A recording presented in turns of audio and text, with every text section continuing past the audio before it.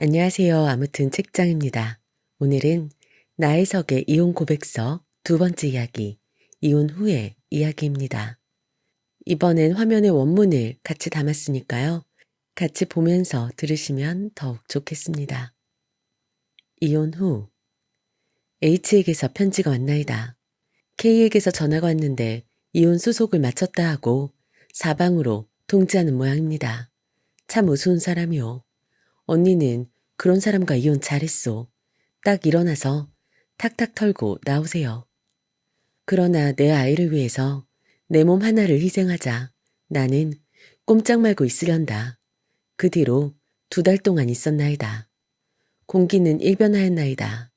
서울서 씨가 종종 내려오지만 내가 있는 집에 들리지 아니하고 누이 집에 들려 어머니와 아이들을 부르고 해서 시어머니는 눈을 흘기고 시누이는 축이고 시숙들은 우물쭈물 부르고 시어머니는 일체 권한이 되고 만다. 동리 사람들은 왜 안 가누? 언제 가누? 구경삼아 말한다. 아이들은 할머니가 과자 사탕을 사주어 가며 내 방에서 데려다 잔다. 이와 같이 전쟁 후 승리자나 패배자 사이같이 나는 마치 포로같이 되었나이다. 나는 문득 이렇게 생각했다. 내 어린 것들을 살릴까? 내가 살아야 할까? 이 생각으로 3일 밤을 잠을 자지 않고 밤을 새웠습니다. 오냐? 내가 있는 후에 만물이 생겼다. 자식이 생겼다. 아이들아, 너희들은 일찍부터 역경을 겪어라. 너희는 무엇보다 사람 자체가 될 것이다. 사는 것은 학문이나 지식으로 사는 것이 아니다. 사람이라야 사는 것이다. 장자크 루소의 말에도 나는 학자나 군인을 양성하는 것보다 먼저 사람을 기르노라 하였다. 내가 출가하는 날은 7사람이 역경에서 헤매는 날이다. 그러나 일어나 내 개성을 위하여 일반 여성의 승리를 위하여 짐을 부둥부둥 싸가지고 출가의 길을 차렸나이다. 북행차를 탔다. 어디로 갈까? 집도 없고 아버지도 없고 형제도 없고 자식도 없고 친구도 없는 이 홀로 된 몸 어디로 갈까? 어디로 갈까? 경성에서 혼자 살림하고 있는 오라비댁으로 갔었나이다. 마침 제사 때라 봉천에서 남영이 돌아왔었나이다. 이미 사연이 긴 편지 사건의 처음부터 끝까지를 말했거니와 이번 사건에 일절 자기는 나서지 아니하고 자기 아내를 내보내어 타협을 교섭한 일도 있었나이다. 여하간 당분간은 봉천으로 가서 있게 하자. 씨를 한번 만나보고 결정해야겠소. 만나보긴 뭘 만나봐. 일이 이만큼 되고 K와 절연된 이상 씨와 연을 맺는 것이 당연한 일이 아니겠소. 별말 말아라. K가 지금 체면상 어쩌지를 못하여 그리하는 것이니까 봉천 가서 있으면 저도 생각이 있겠지. 이때 두어 친구는 절대로 서울을 떠나는 것을 반대하였나이다. 그는 서울 안에 돈 있는 독신 여자가 많아 K를 유혹하고 있다는 것이었습니다. 형은 이렇게 말하였다. 다른 여자를 얻는다면 K의 인격은 다 알 수가 있는 것이다. 다 운명에 맡기고 가자. 가. 봉천으로 갔었나이다. 나는 진정할 수 없었나이다. 물론 그림은 그릴 수 없었고 그대로 하는 일 없이 시간을 보낼 수도 없었나이다. 나는 내 과거 생활을 알기 위해 초고해 두었던 원고를 정리하였습니다.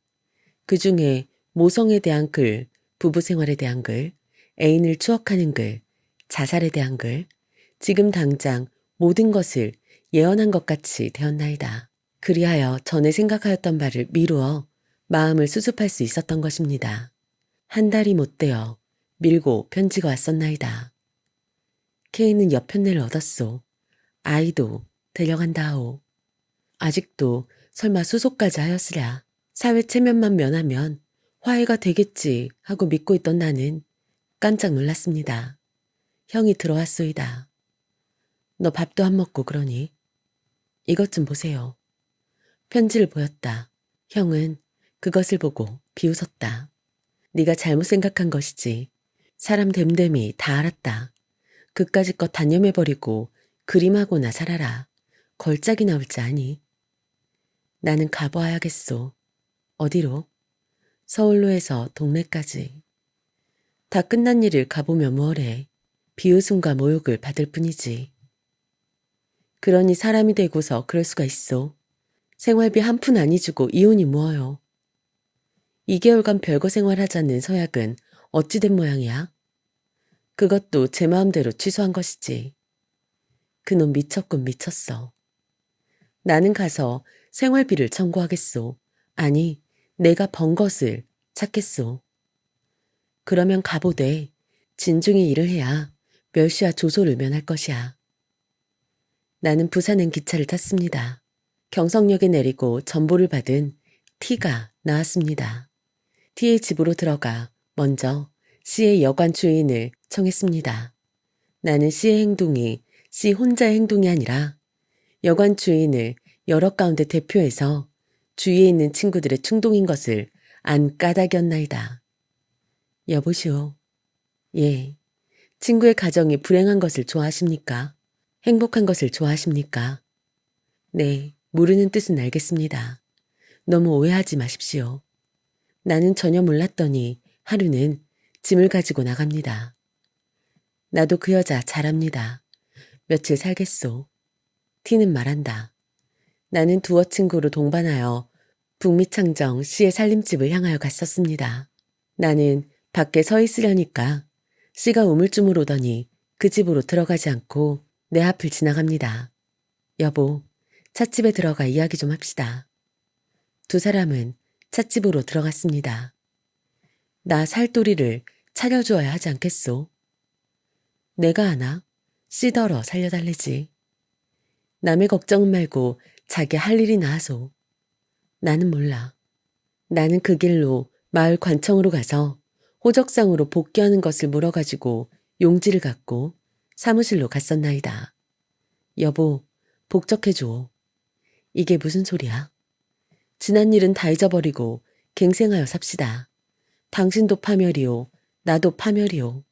두 사람에게 속한 다른 생명까지 파멸이요. 왜 그래? 차차 살아봐요. 당신 고통이 내 고통보다 심하리다. 누가 그런 걱정하래? 훌쩍 나가버린다. 그 이튿날이외다. 나는 C를 찾아 사무실로 갔습니다. C는 마침 점심을 먹으러 자택으로 향하는 길이었나이다. 다방에 들어가 나하고 이야기 좀 합시다. C는 아무 말 없이 다름질을 하여 그 집 문으로 쑥 들어섰나이다. 나도 부지불각 중에 들어섰나이다. 뒤를 따라 방 안으로 들어섰나이다. 옆편네는 시간 걸레질을 하다가 누구요? 한다. 세 사람은 마주 쳐다보고 앉았다. 영감을 많이 위해준다니 고맙소. 내가 오늘 여기까지 오려던 것이 아니라 다방으로 들어가 이야기를 하자고 했더니 그냥 오기에 쫓아온 것이오. 길에서 많이 보인 것 같은데요. 그럴지도 모르지요. 내가 오늘 온 것은 이같이 빨리 끝날 줄은 몰랐소.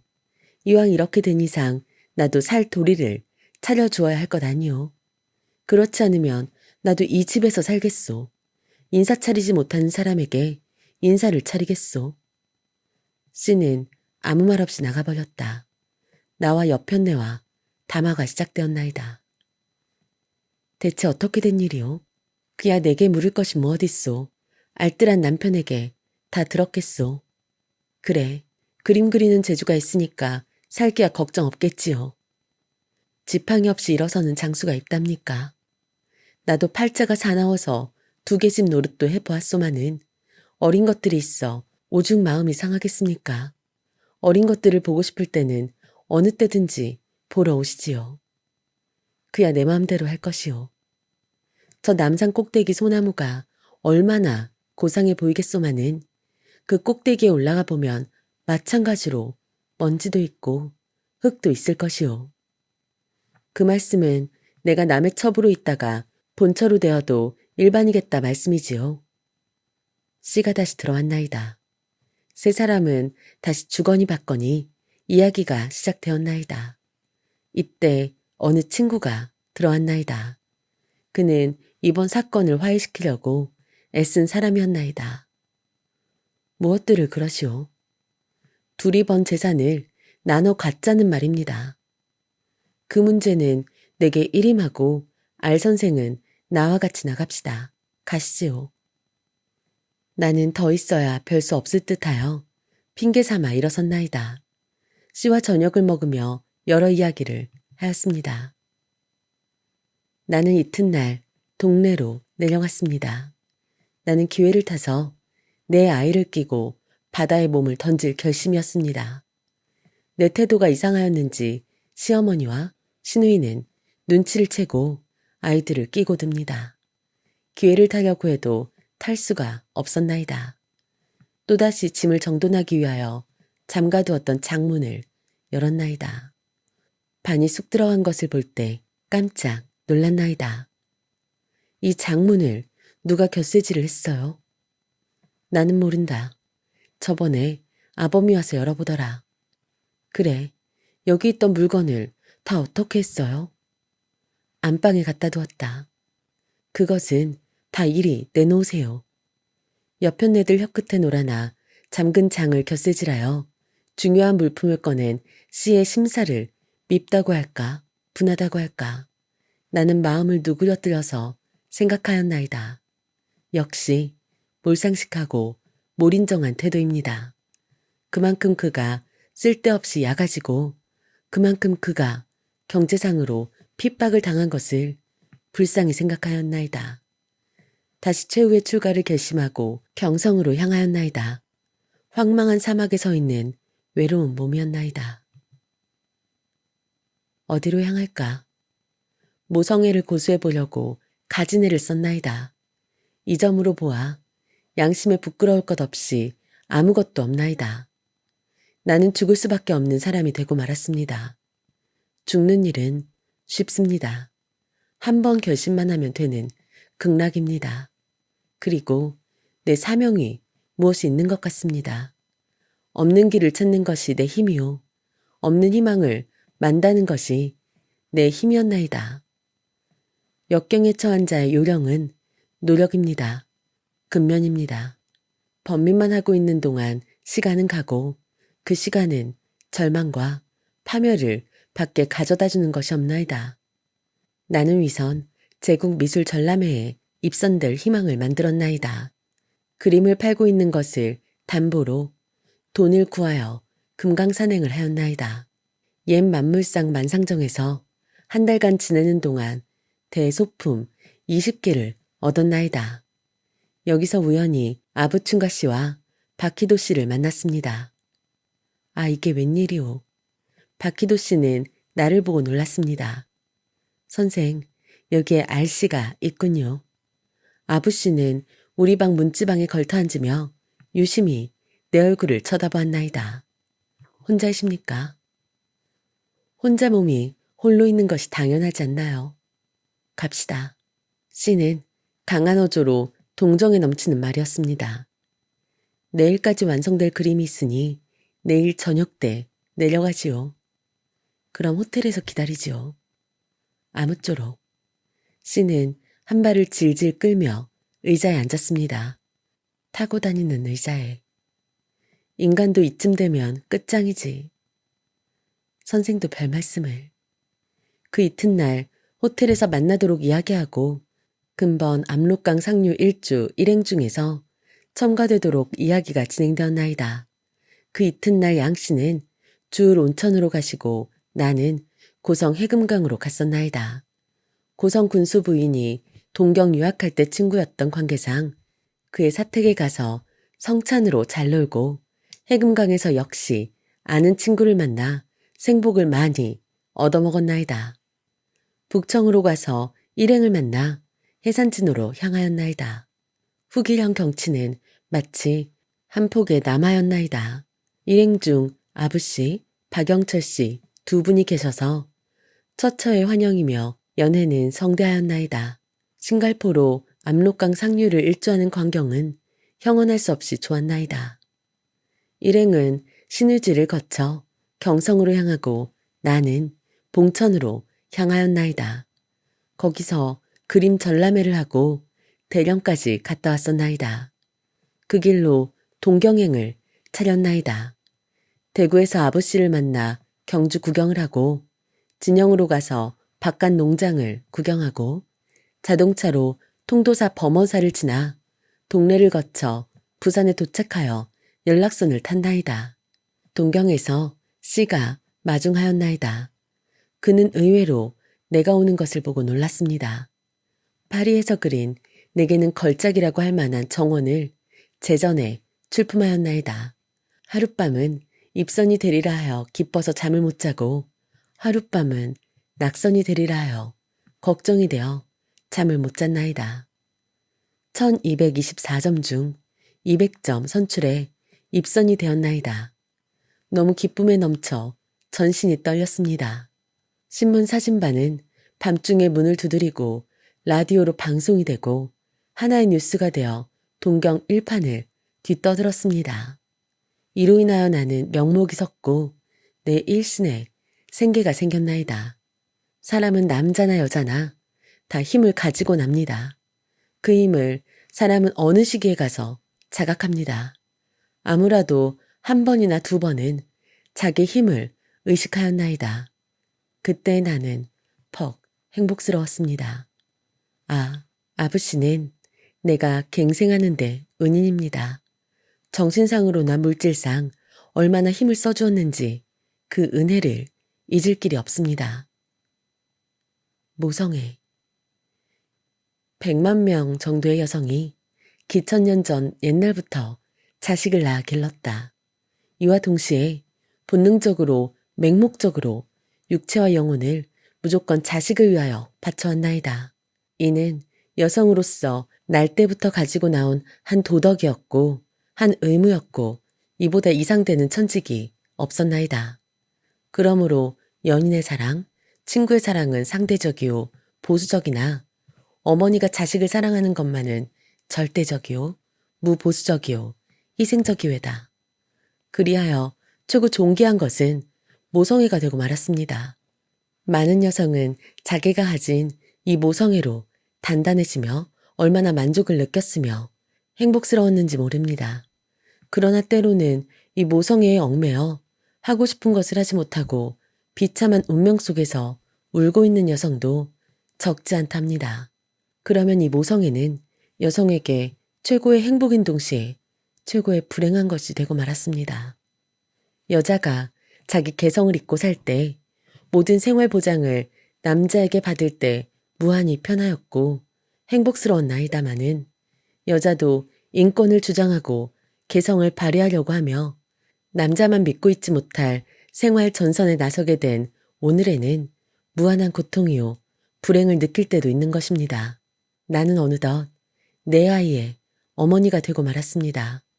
그러나 내가 애를 쓰고 애를 베고 애를 낳고 애를 젖먹여 기르는 것은 큰 사실입니다. 내가 엄마 된 감상기 중에 자식의 의미는 단수에 있는 것이 아니라 복수에 있다고 하였습니다. 과연 하나 기르고 둘 기르는 동안 지금까지 애인에게서나 친구에게서 맛보지 못한 애정을 느끼게 되었나이다.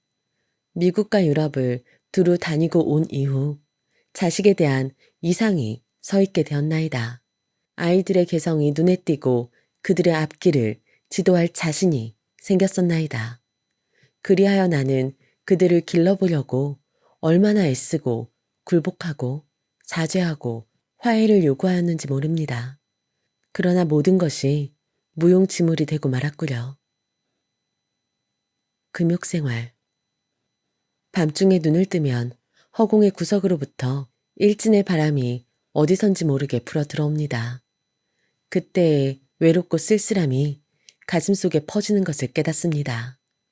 지금까지 내가 느끼는 고적은 아픈 것이었으나 해댈 것은 없었습니다. 지금 느끼는 고적은 독초가시에 찔리는 자국의 아픔을 깨달았습니다. 어디로부터 와서 어디로 가는지 모르는 가운데서 무엇을 하든지 그 뒤는 고적합니다. 나는 소위 정조를 고수한다는 것보다 재혼하기까지는 중심을 잃지 말자는 것입니다. 즉, 내 마음 하나를 잊지 말자는 것입니다. 나는 이미 중시를 잃은 사람이 되고 말았습니다. 이에 중심까지 잃은 날은 내 진정은 파멸입니다. 오직 중심 하나를 붙잡기 위하여 절대 금욕생활을 하여왔습니다.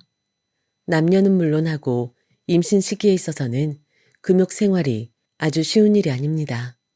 나도 이때만은 태몽을 꾸면서 고통으로 지냈나이다. 나는 처녀와 같고 과부와 같은 심리를 가질 때가 종종 있나이다.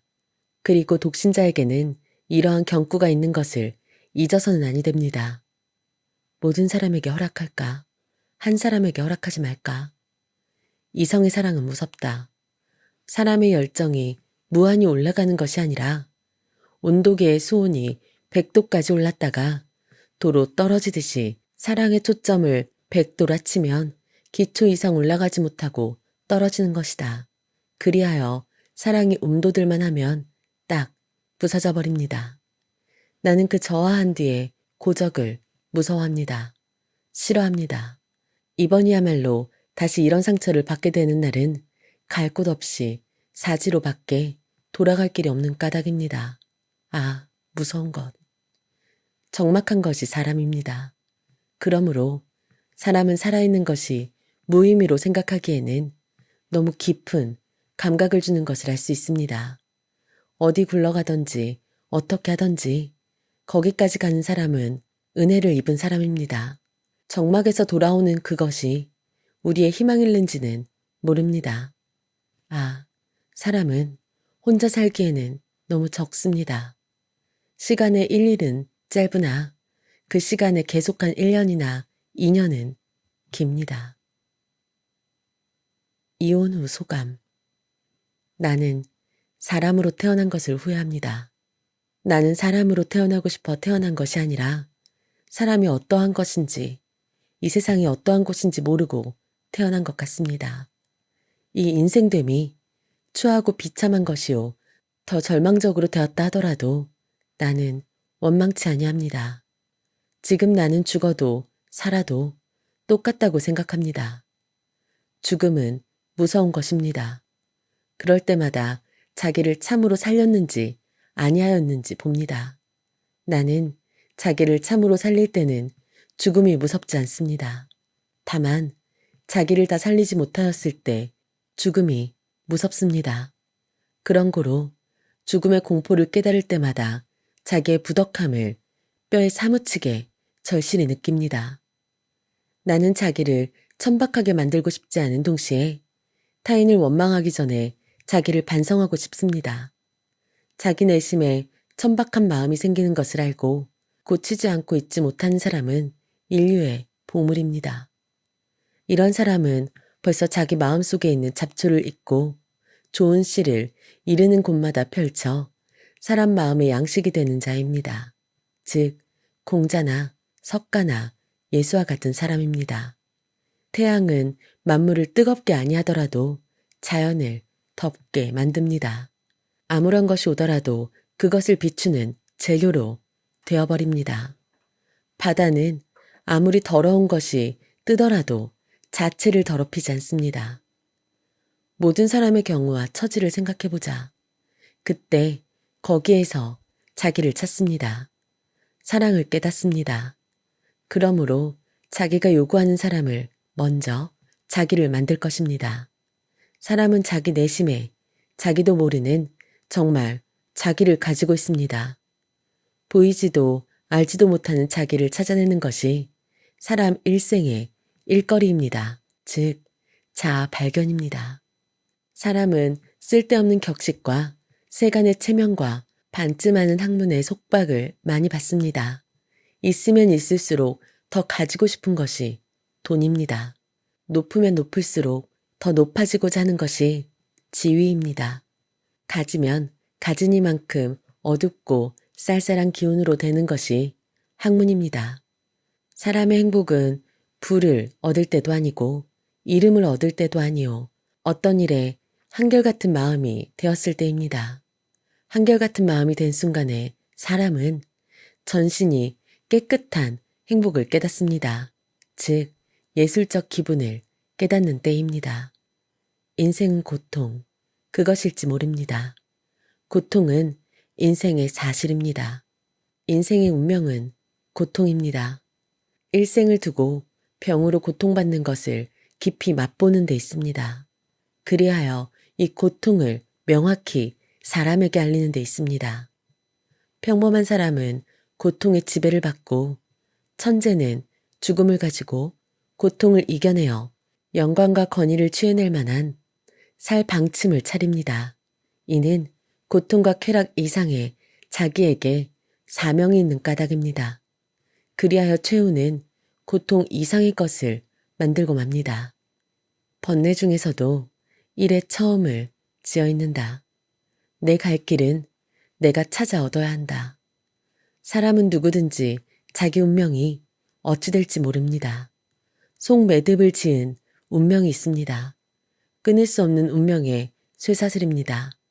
그러나 너무 비참한 운명은 때때로 약한 사람으로 하여금 반역하게 합니다.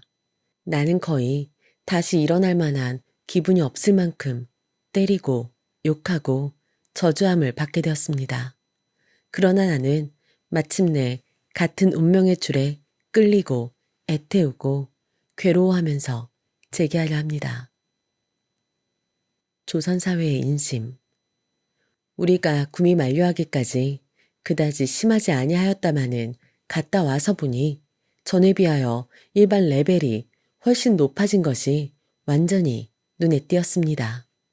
그리하여 지식을 가진 계급이 많아진 동시에 생존 경쟁이 더욱 심하여졌습니다. 생활 정선에 선 2천만 민중은 저축 없고 직업 없고 실력 없이 살 길에 헤매어 할 수 없이 오사카로 만주로 살 곳을 찾아가는 자가 불소합니다. 과연 조선도 이제는 돈이 있든지 실력이 즉 재주가 있든지 하여야만 살게 되었습니다. 사상상으로 보면 국제적 인물이 통행하는 관계상 각 방면에 주의 사상이 수입하게 됩니다. 이에 좁게 알고 넓게 보지 못한 사람으로 그 요령을 취득하기에 방황하는 것은 당연한 이치입니다. 비빔밥을 그냥 먹을 뿐이요. 그 중에서 맛을 취할 줄 모르는 것이 대부분입니다. 그러므로 오늘은 이 주위에서 놀다가 내일은 저 주위에서 놀고 오늘은 이 사람과 친했다가 내일은 저 사람과 친하게 됩니다. 일정한 주의가 확립하지 못하고 굳게 선 인생관이 서지 못하여 바람에 날리는 갈대와 같은 시일을 보내고 맙니다. 이는 대부분 정치 방면에 길이 막히고 경제에 얽매여 자기 마음을 자기가 마음대로 가질 수 없는 관계도 있겠지만 너무 산만하게 되고 말았나이다. 조선의 유식계급 남자 사회는 불쌍합니다.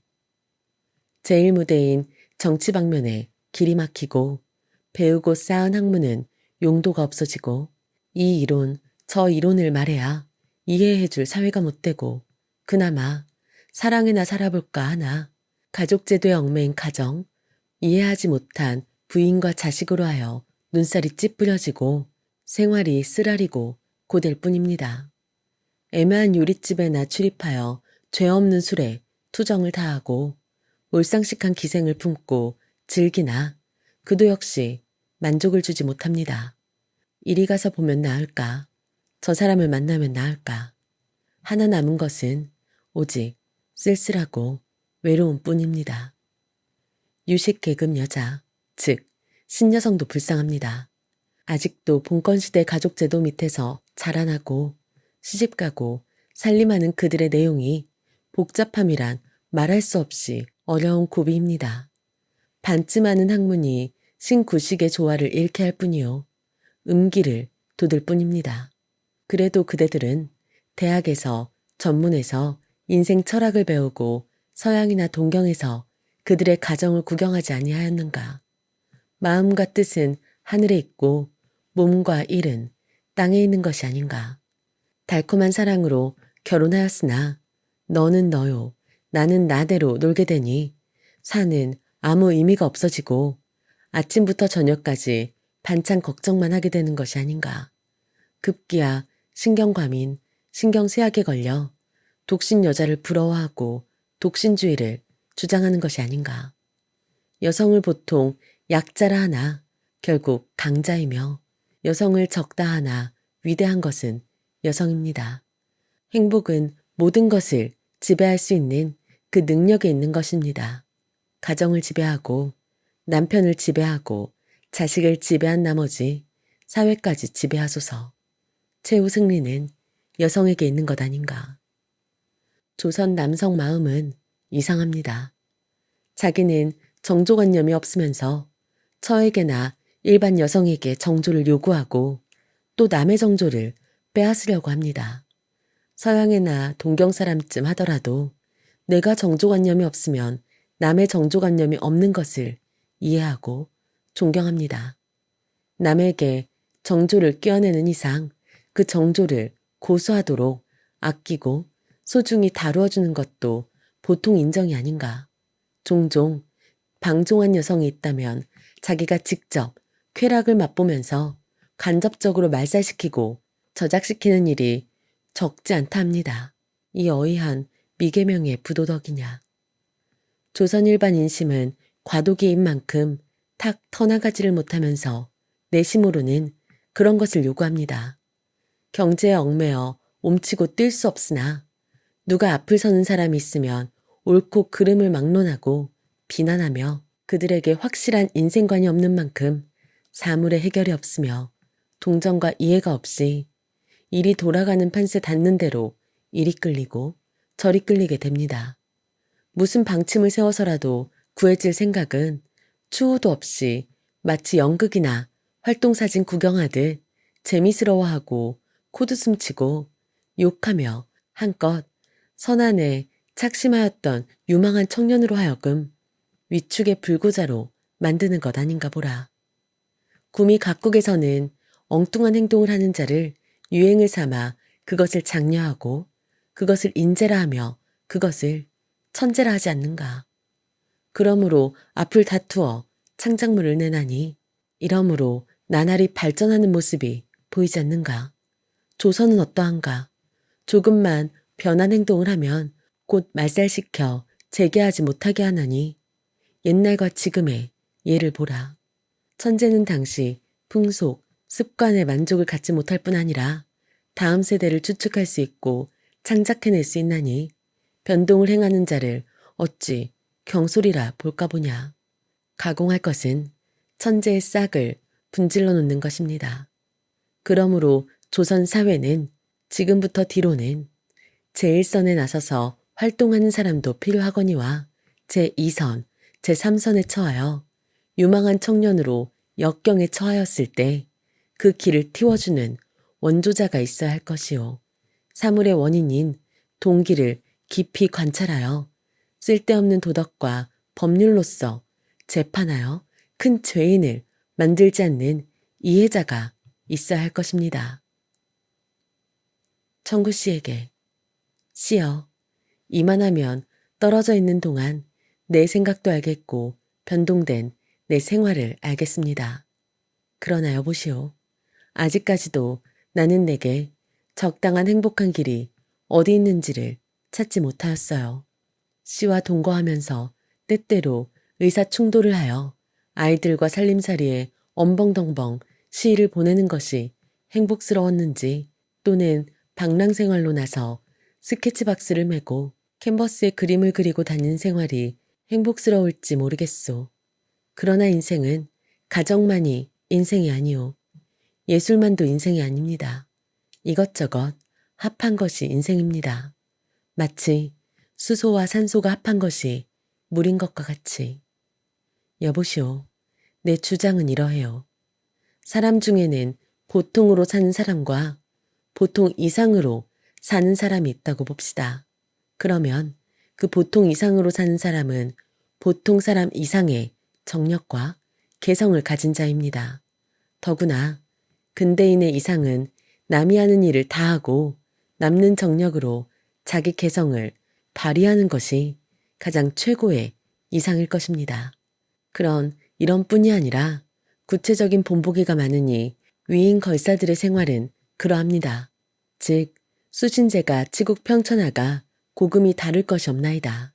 나는 이러한 이상을 가지고 10년 가정생활에 내 일을 계속해왔고 지금으로도 실행할 자신이 있는 것이외다.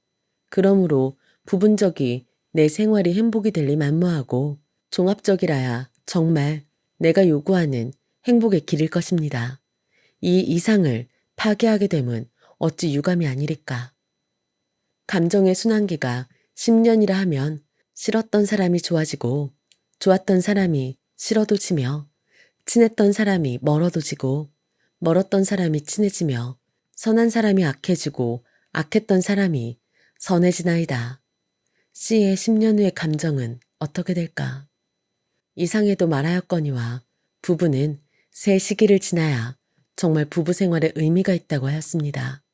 나는 이미 그대의 장점과 단점을 다 알고 C는 나의 장점과 단점을 다 아는 이상 서로 보태고 돕고 해야 살아갈 우리가 아니었던가.